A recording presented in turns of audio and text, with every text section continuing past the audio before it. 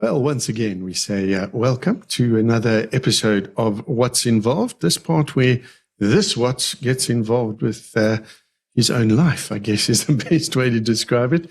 So this, for those of you who may have missed the first episode in this whole change-up that I've done, go back and watch it now, okay? Just kidding. It'll be nice if you do.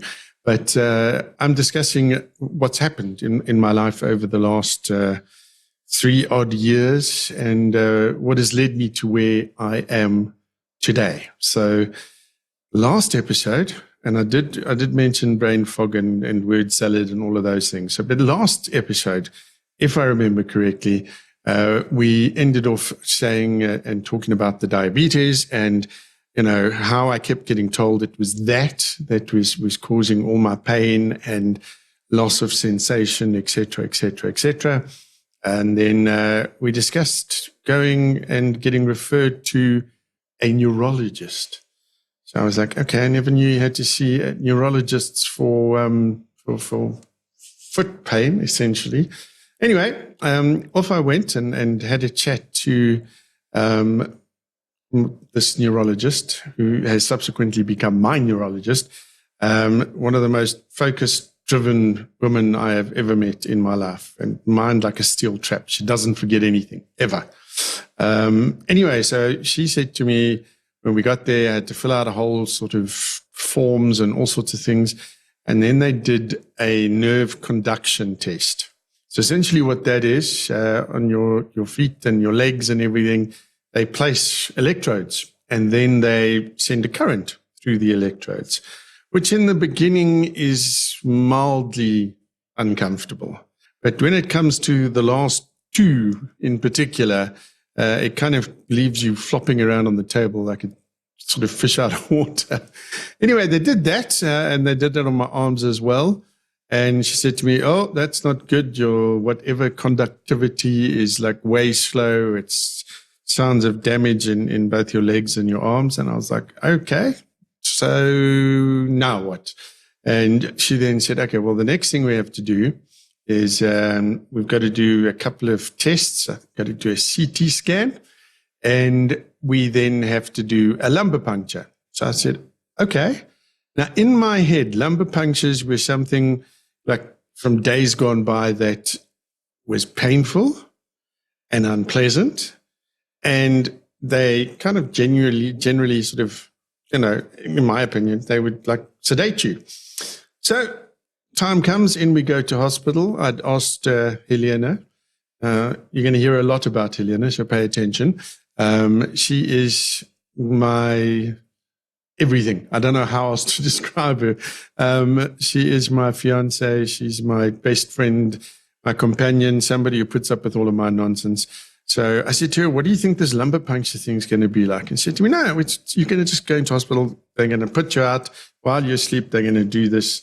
And I was like, okay.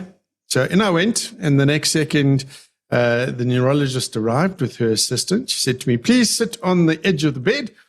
And I did. And she said, okay, please lean over now. And then she gave me a pillow. And I thought, okay, well, she's just maybe checking and marking where she needs to do this. Then she says to her assistant, please lean on him and push him down. And I'm like, what is going on here?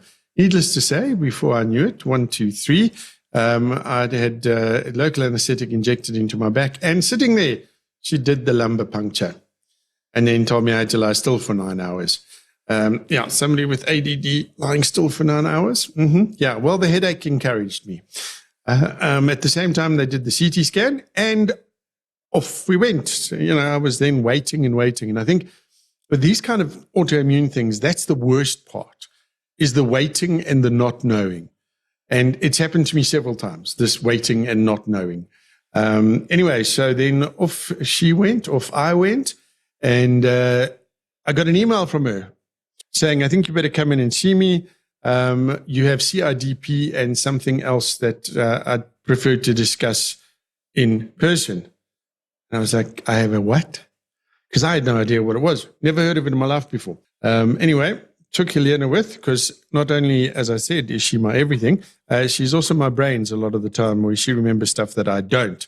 And off we went, and we sat in her office, and I'll never forget this. And we say, okay, what is this diagnosis? What is going on here? It's like, it's called CIDP, which stands for, let's see if we can get this right, chronic inflammatory demyelinating polyneuropathy.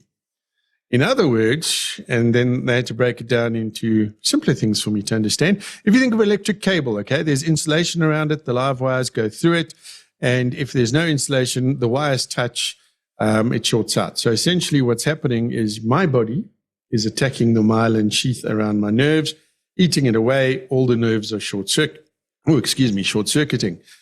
And I was like, and you told me this via email? So now I'm sitting there in horror, wondering what the hell is she going to tell me that she couldn't tell me an email? I mean, she can drop a bomb like that. So she goes, oh, and then the other thing is in the CT scan, we have found out that you've got a problem with your left hip. And I was like, okay. She goes, yes, you've got, what is it?